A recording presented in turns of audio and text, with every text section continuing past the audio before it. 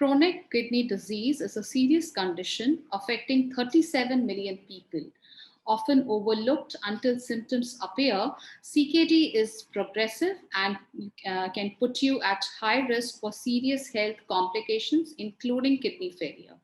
To help counter the lack of awareness, we at MediCircle are conducting a World Kidney Day awareness series featuring eminent nephrologists and urologists from different healthcare organizations to get their views on maintaining good kidney health. Hi, I'm Smita Kumar, and today our guest on this Doctors Speak talk is Dr. Avinash Ignatius.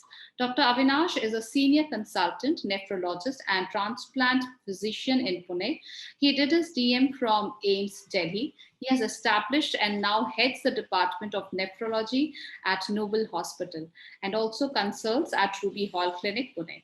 He has been a consultant nephrologist at Fortis Hospital, New Delhi, and Fortis Escorts Heart Institute and Holy Family Hospital, New Delhi. Dr. Avinash is a principal investigator in a number of national and international multi-centric clinical research trials. He has been awarded the Pune Healthcare Leadership Award 2018 and Icons of Health Pune 2018 by the Times of India, bro. That's really great to know. So welcome, Dr. Avinash, onto this MediCircle platform. Thank you, Smita, for having me here. It's really a pleasure to be here on this World Kidney Day awareness program. We are so proud to have you here because we need to discuss and spread this awareness, Dr. Avinash, among patients, because there are a lot of kidney patients. Actually, 60 to 70%, 40 to 60% patients are actually diabetic patients who then they develop these kidney disorders, and sometimes it leads to kidney failures. And a lot of CKD patients are actually starting from the diabetes thing only. And as diabetes is India is diabetes capital of the world, we have the most number of diabetic patients. So we must be very much careful about our kidneys health. So to begin with, Dr. Avinash, what are the symptoms of an unhealthy kidney and how should one react to the same? Like when we should be knowing that this is something not very usual, or we should be talking to the doctor? Yes, Smita, you highlighted a lot of important points here. What I want to start with is kidney disease is turning into an epidemic now. And unfortunately, kidney disease does not have any symptoms usually. Most people believe that they may have some pain or some swelling or some other symptoms, but in the initial stages of kidney disease, very rarely does anyone have any symptoms. Now, if we look at whatever research has been done, like the researchers went into the normal population, they looked at adults and they did tests by checking their urine for protein and creatinine. Now, these are two simple markers and inexpensive markers for kidney disease. And when they tested this, if you look at most of the studies, they show that 1 in 10 adults in not just India, but around the world is having some form of early kidney disease. And 90% of these people are not aware that they have the kidney disease. So first of all, we need these people to get aware that they're having kidney disease. And I'll come to it why it is important to identify it early. Now, there is a rate at which our kidney gradually age. Just as we are aging, our kidneys also age, and roughly our kidneys lose about 1% kidney function every year, which is normal, give and take few percent points here and there. Now, if someone has diabetes or hypertension, other reason for the kidneys being weak, this rate of decrease may go up from 1% to 5%. If we are able to identify either diabetes, blood pressure early, or we are able to identify them early with kidney disease, and we treat them by diet, medications, lifestyle changes, this rate of decline, which is probably 5 or 6% when it's untreated, we bring it down back to 1 or 2%. The person's kidney can survive much longer. And this much longer can be additional 10, 15, 20 years of symptom-free life, or even complete avoidance of reaching a stage of dialysis.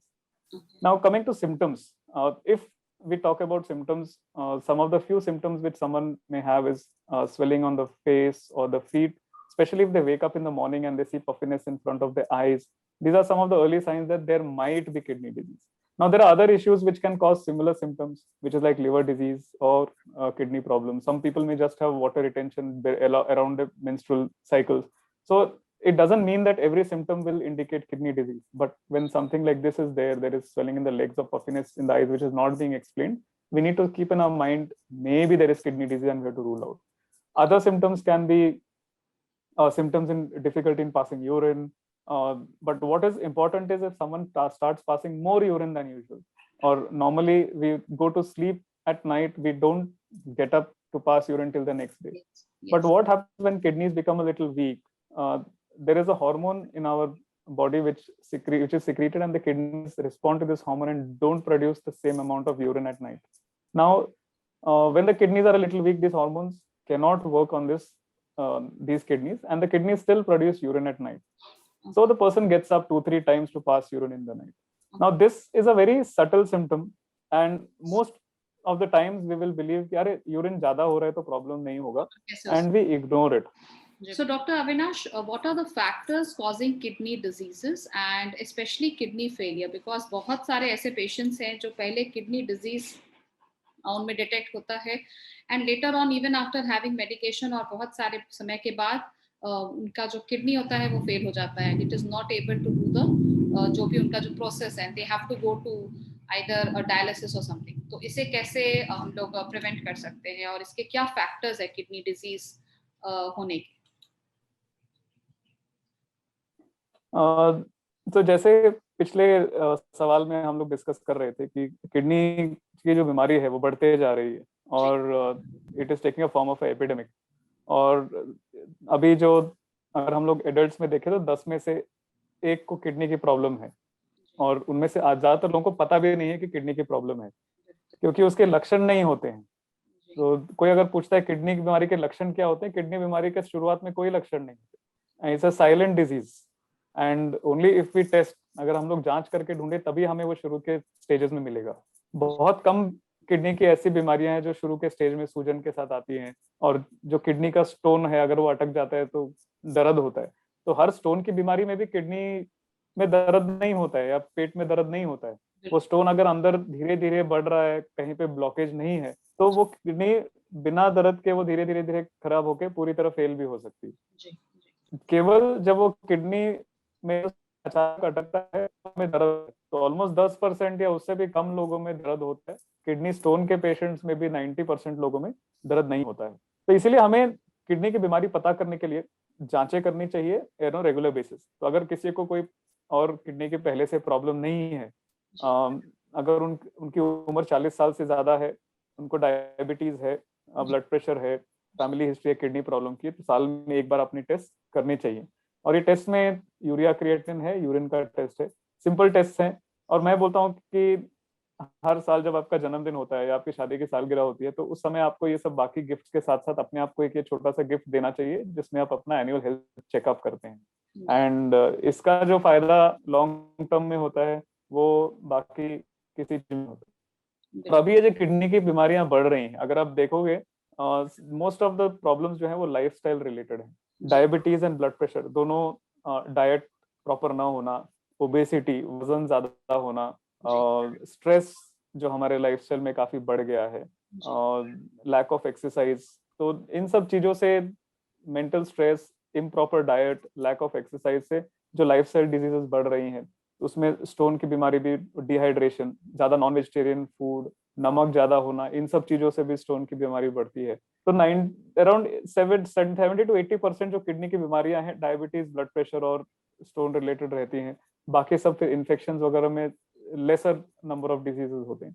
तो अगर हम लोगों को अपने kidney की problem avoid करनी है तो पहले हमें फोकस करना है अपनी लाइफस्टाइल पे, कि प्रॉपर खाना खाएं. जो जनरली मैं बोलता हूँ जो आपको खाने का मन करता है वो मत खाओ, क्योंकि हमें ज्यादातर वही खाने का मन करता है जो हमारे लिए हेल्दी नहीं होता है, जैसे high sugar content, high salt content, बहुत सारी तली हुई चीजें. तो अगर हम इन चीज को मॉडरेशन में करेंगे, फिट रखेंगे, एक्सरसाइज करेंगे, अपने वेट को रेंज में रखेंगे, विल अवॉइड डायबिटीज के चांसेस, ब्लड प्रेशर के चांसेस, स्टोन डिजीज के चांसेस. तो काफी हद तक हमारी किडनी की बीमारियां होने के चांसेस को घटा सकते हैं. डॉक्टर अविनाश, एक डाइटरी सजेशन से रिलेटेड आपको क्वेश्चन पूछना चाहूंगी कि बहुत बार जो किडनी के पेशेंट्स होते हैं उनको चूंकि पानी की मात्रा को कंट्रोल करना पड़ता है, they have to control the water intake. So what are the dietary suggestions और lifestyle changes would you like to advise to keep one's kidney health, मतलब हेल्थी रखने के लिए? क्योंकि ये सिर्फ मेडिकेशन से ट्रीटेबल चीज नहीं है, आपको काफी हद तक अपने डाइट में सुधार करना पड़ता है, उसमें चेंजेस लाने पड़ते हैं. कई बार आपको मेजर करके डॉक्टर्स बताते हैं कि only this much amount of water can be taken, and it is actually water is in all sources. आप जो खाना खा रहे हो उसमें भी बहुत सारे हद तक मात्रा में पानी रहता है. तो जिनके किडनीज पहले से ही अच्छा नहीं कर पा रहे होते परफॉर्म, उनको और ये वाटर इनटेक बढ़ने से कई बार उनको बार बार डायलिसिस कराना पड़ता है. एक्सट्रीमली सीकेडी केसेस पेशेंट्स की बात कर रही हूँ. तो आपके हिसाब से क्या डाइटरी सजेशंस होने चाहिए या खासकर लाइफस्टाइल चेंजेस होने चाहिए कि हम अपने किडनीज को हेल्दी रख सकें? तो इसमें दो सवाल हैं. एक तो कितना पानी पीना चाहिए किडनी हेल्दी रखने के लिए, और दूसरा है जिनको ऑलरेडी किडनी की प्रॉब्लम है, स्पेशली एडवांस स्टेज में है, तो उनको पानी कैसे मैनेज करना चाहिए. और कई बार जो चीज हेल्दी लोगों के लिए फिट होती है वो जिन लोगों की किडनी वीक है उनके लिए फिट नहीं होती है, एंड इसी कंफ्यूजन में कई बार प्रॉब्लम हो जाती है पेशेंट को. तो जो हेल्दी लोग हैं उन्हें पानी का इंटेक, अभी कहीं पे लोग बोलते हैं 7 ग्लास पीना चाहिए, 8 ग्लास पीना चाहिए, ग्लास का साइज नहीं बोलते हैं, बट रफली अगर हम लोग देखें डिपेंडिंग ऑन वर्क एनवायरनमेंट 1.5 से 2.5 लीटर का फ्लूइड इनटेक, जिसमें पानी दूध चाय वगैरह सब कुछ आता है, ये एवरेज होना चाहिए. लेकिन अगर कोई बहुत ज्यादा जिम करता है या कोई बाहर फिजिकल लेबर करता है, धूप में स्वेट होता है, तो उसे 1-1.5 लीटर से अपना पानी का इनटेक बढ़ाना पड़ सकता है. दूसरी चीज है कि ये पानी एक टाइम में नहीं होना चाहिए. कई बार लोग क्या करते हैं, सुबह एक बॉटल पूरा पानी पी लेते हैं, फिर दिन भर में पानी बहुत कम रहता है. फिर it should be divided through the day, कि आपका जो यूरिन है वो डाइल्यूटेड रहे पूरा दिन. और स्पेशली जिनको स्टोन की प्रॉब्लम या फैमिली हिस्ट्री है स्टोन की, उनको स्पेशली वाटर इनटेक को पूरे दिन में डिवाइड करके लेना चाहिए, और स्पेशली रात में सोने के टाइम पे एक बार पानी पी लेना चाहिए. और अगर रात को इच्छा होती है पानी पेशाब करने की, तो जब पेशाब करके आते हैं तो फिर से पानी पी के सोना चाहिए. तो that can help also in the stone disorder. अभी दूसरे सेट ऑफ पेशेंट्स हैं जिनको किडनी की प्रॉब्लम ऑलरेडी हो चुकी है. तो उसमें भी दो टाइप के पेशेंट होते हैं. कुछ होते हैं जिनको पेशाब में कोई प्रॉब्लम नहीं होती, कोई सूजन नहीं होती, और एक सेट ऑफ पेशेंट्स होते हैं जिनकी जो किडनी की बीमारी है उसके कारण किडनी में पानी निकालने की क्षमता भी कम हो जाती है. तो जिनको किडनी में पानी निकलने की कोई प्रॉब्लम नहीं है, तो उन्हें अपने प्यास के हिसाब से पानी पी सकते हैं, उन्हें कोई रिस्ट्रिक्शन की जरूरत नहीं रहती है. लेकिन जिनको पानी निकलने में प्रॉब्लम है, मतलब अगर वो ज्यादा पानी या नमक उनके डाइट में जाता है, तो पैरों में सूजन आती है, चेहरे पे सूजन आती है, या ब्रेथलेस सांस चढ़ने लगती है, तो उनको अपना पानी का इंटेक रिस्ट्रिक्ट करना पड़ता है. अभी पानी का इंटेक रिस्ट्रिक्ट करने का एडवाइस तो हम लोग देते हैं, लेकिन वो कैसे मॉनिटर करेंगे पानी कितना लेना है, और कितना पेशाब हो रहा है उसके हिसाब से बैलेंस करना पड़ता है. तो कई बार it is not possible to measure कि ना हर दिन दिन भर में कितना पेशाब किया. कभी कभी when they go to the toilet that time they pass urine, वो मेजर नहीं कर सकते हैं. तो मैं अपने पेशेंट्स के लिए क्या करता हूँ, उनको बोलता हूँ अपना डेली वजन चेक करो. जब वो मेरे पास क्लिनिक में आते हैं तो अपना वेट का डायरी लाते हैं, मैं वहां पे उनका वजन देखता हूँ, उनके पैरों में एसेस करता हूँ कि उनके शरीर में पानी कितना एक्सेस है, और उस हिसाब से कितना नीचे लेके आना. तो एक बार हम लोग 2-3 विजिट में उनका वजन सेट कर लेते हैं, कि अंदाजा लगा लेते हैं इसका इनका वजन बिना पानी के कितना होना चाहिए. क्योंकि 1 लीटर पानी 1 किलो के बराबर है, तो किसी का वजन अगर 1 किलो से बढ़ता है, मतलब उसके शरीर में 1 किलो पानी जमा हो गया. तो जब वो घर में इसी का अंदाजा लगाते हैं डेली एक टाइम फिक्स करके, तो अगर सपोज किसी को हमने बोला है कि आपका वजन 50 होना चाहिए, आपका वजन बिना एक्स्ट्रा पानी के 50 है, तो उसको अगर वो घर में मॉनिटर कर रहा है, किस दिन 51 हो गया, अगले दिन 52 हो गया, तो उसको पता है पानी बढ़ रहा है, तो ही has to restrict his water. And water मतलब it's not just water, it is all liquids. उसमें दूध, चाय, छाछ, सूप, ये सब चीजें आ जाती. और बहुत लोगों का ये होता है ताकत के लिए सूप पीना चाहिए. तो इन किडनी पेशेंट जिनको पानी नहीं लेना है, उनके लिए soup will not add anything, it is only going to add water. And अगर उसमें सोडियम रहेगा, सॉल्ट रहेगा, तो वो और प्यास बढ़ाएगा. ओके। डॉक्टर अविनाश, बहुत सारे पेशेंट्स जो होते हैं वैसा सोचते हैं, खासकर जिनको किडनी प्रॉब्लम्स होती हैं या जिनको किडनी प्रॉब्लम्स नहीं भी होते हैं, वो जनरली सुबह उठ करके काफी हद तक पानी पीते हैं एंड उनकी ये फीलिंग होती है, उनका ऐसा मानना है कि ये इस पूरे बॉडी को डिटॉक्स कर देता है। तो क्या कभी कभी ये जो एक्सेस अमाउंट ऑफ वाटर है जो हम लोग सुबह खाली पेट ले रहे होते हैं, वो किडनी पेशेंट्स अगर किसी कोई है तो उनके लिए क्या ये अच्छा है या अच्छा नहीं है? आपका क्या कहना है? जरूरत से ज्यादा कोई भी चीज अच्छी नहीं होती है, and it is for everything, and वो पानी के लिए भी एप्लीकेबल है। एंड जो ये आदत बन जाती है कई लोगों को कि जब तक दिन में सुबह 1 लीटर 1.5 लीटर पानी नहीं पी लेते हैं तो उनको सेटिस्फेक्शन नहीं मिलता है। But yes. हमारे शरीर को जो जरूरत है पानी की वो पूरे दिन भर में रहती है। एंड अगर हम लोग सुबह ज्यादा पानी अचानक लेते हैं तो उससे हमारे बॉडी में कुछ फ्लक्चुएशंस होते हैं, जैसे सोडियम कम हो सकता है। जिन लोगों को किडनी की प्रॉब्लम है उनको अचानक इतना सारा पानी शरीर में जाए तो वो बाहर निकल नहीं पाता है, तो लंग्स में जमा होता है, सांस लेने की प्रॉब्लम हो सकती है। तो किडनी पेशेंट्स के लिए ये करना थोड़ा सा डेंजरस हो सकता है। दूसरा, जो डिटॉक्स के बारे में हम लोग सोचते हैं, जो कुदरत ने हमारे शरीर को इतने सालों मतलब और मिलियंस ऑफ ईयर्स जो एवोल्यूशन हुआ है, तो इतने रिफाइंड डिटॉक्स की कैपेबिलिटी बनाई है हमारे लिवर में और किडनीज में कि अगर हम लोग अपने लाइफस्टाइल का ध्यान रखें, हम लोग ये ध्यान रखें हम लोग हमारे अंदर क्या डालते हैं, तो हमें किसी और डिटॉक्स की जरूरत नहीं है। और कोई और डिटॉक्स हमारे शरीर में जो कुदरत ने डिटॉक्स का सिस्टम बनाया उसको नहीं ओवरकम, उससे ज्यादा बेहतर काम नहीं कर सकता है। तो इट इज मोर इम्पोर्टेंट कि हम लोग हमारे अंदर क्या डाल रहे हैं कि हमारे ऑर्गन्स को डिटॉक्स की जरूरत पड़े ही ना। बट हम लोग सब कुछ करेंगे और उसके बाद हम लोग बोलेंगे कि 1 लीटर पानी सुबह पिया 1.5 लीटर पिया तो सब डिटॉक्स हो जाएगा, ऐसा नहीं होता है। It has to be taken care of in all direction. Doctor Avinash, यहाँ मैं मेरे एक पर्सनल एक्सपीरियंस से आपसे एक सवाल पूछना चाहूंगी जो हमारे किडनी रिलेटेड सिम्टम से था। Actually my mother was also a CKD patient. तो वो शी वाज अ डायबिटिक, करीब 15 साल डायबिटीज रहने के बाद शी डेवलप्ड दिस। मैं लेकिन हर पेशेंट पर्सपेक्टिव से ये क्वेश्चन आपको आपके सामने रखना चाहूंगी कि when she started, when she was diagnosed with CKD, वो मतलब किडनी फेलियर काफी दिन 3 4 5 साल बाद हुए, 3 साल बाद, बट वो काफी लेटर स्टेज में डायग्नोज हुआ। इनिशियली जो उनके सिम्टम्स थे वो इस तरह के नहीं थे जो हमारे सिम्टम्स आपने डिस्कस किए। उनका एक सिम्टम ये था कि उनके स्किन के ऊपर काफी ब्लैक पैचेस और स्कार आ गए थे और स्किन काफी डार्क हो गई थी। और जो कि ये स्किन से रिलेटेड था, hence we visited a skin specialist for this. तो ऐसा मैंने और भी बहुत 2 3 किडनी पेशेंट्स के साथ मैंने ये फेस किया, मैंने ये शेयर देखा, ये मैंने महसूस किया कि ये जो इनकी किडनी की जो परेशानी की जो शुरुआत है, वो बॉडी और कोई सिम्टम्स नहीं दे रहा है, बॉडी सिर्फ ये सिम्टम दे रहा है कि आपके चेहरे पे या शरीर है वो पूरी तरह से काफी तरह से काला या डार्क होते जा रहा है, उनके चेहरे पे कहीं कहीं पे पैचेस आ जा रहे थे। तो आपका इस बारे में क्या कहना है, सो दैट कि वो उस समय रहते वो नेफ्रोलॉजिस्ट को अप्रोच करे, या जैसे मेरे केस में मैं या मेरी मदर को कितने बार हम लोग ने वो स्किन ट्रीटमेंट्स कराए, हमें लग रहा था ये कोई एक्ने या कोई स्किन प्रॉब्लम है, but it was actually related to kidney disorder which was later diagnosed, जिसकी वजह से ये जो ट्रीटमेंट था वो भी काफी डिलेड हो गया था। So I would like you to comment on this. Kidney की जो प्रॉब्लम है, एज आई सेड कि उसके लक्षण बहुत और सिम्टम्स बहुत ही नॉन स्पेसिफिक होते हैं। They don't directly point to the kidney unless there is a stone which has got stuck and pain is there, या यूरिन रुक गया है कुछ ब्लॉकेज से, तो नहीं तो कोई सिम्टम्स बहुत स्पेसिफिक नहीं होते। और किडनी फेलियर कई अलग अलग बीमारियों को मिमिक कर सकता है।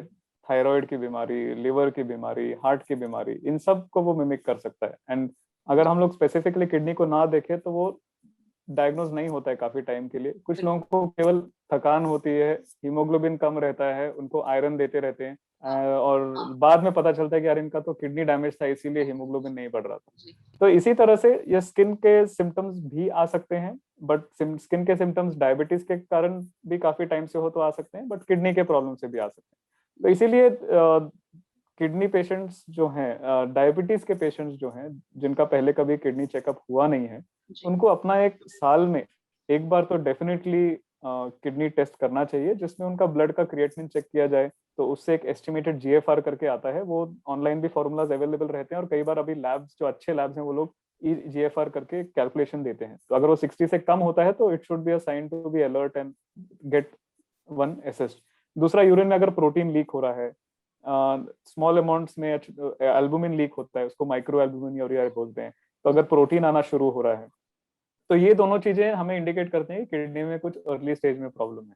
तो अगर ऐसा सिम्टम या ऐसे कुछ इंडिकेशंस हैं तो इस चीज को अपने डॉक्टर से डिस्कस कर सकते हैं, और फिर अगर जरूरत पड़ेगी तो फिर वो किडनी के हिसाब से अगर कुछ फर्दर ट्रीटमेंट, इन्वेस्टिगेशन या डायग्नोसिस करने की जरूरत है तो उसके आगे एक्शन ले सकते हैं। तो किडनी डिजीज सिम्टम्स नहीं बताती है। कभी चेस्ट में पेन होता है, सीधा डॉक्टर के हार्ट का हम लोग सोचते हैं, पैरालिसिस हो गया ब्रेन का सोचते हैं, but kidney is a very quiet organ.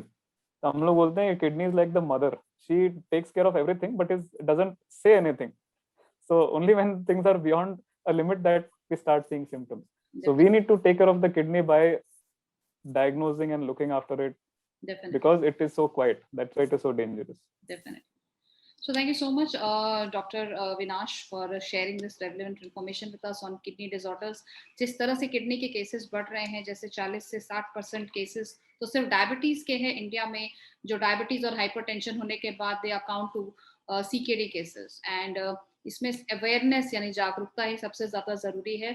आपने इतना अच्छा इन्फॉर्मेशन शेयर किया, इसके लिए धन्यवाद, thank you. But the best part what you shared was कि अपने बर्थडेज और एनिवर्सरीज पे जैसे हम लोग ट्रीट करते हैं and we go and celebrate, let's actually gift each other these health checkup plans. अगर आप पहले से, because most of the cases में these go undiagnosed, and it is early screening and early detection is actually life saving in lot of cases. So it is best to ab jab bhi aapka next birthday or anniversaries aa raha hai, those who are married, kindly gift this health checkup plans to your spouse, to your family, so that कि उनको कभी ये बीमारी को सामना ना करना पड़े और समय रहते ही डॉक्टर और एक्सपर्ट के हेल्प से वो उस बीमारी को काबू कर सके और एक अच्छा और हेल्थी लाइफ जी सके।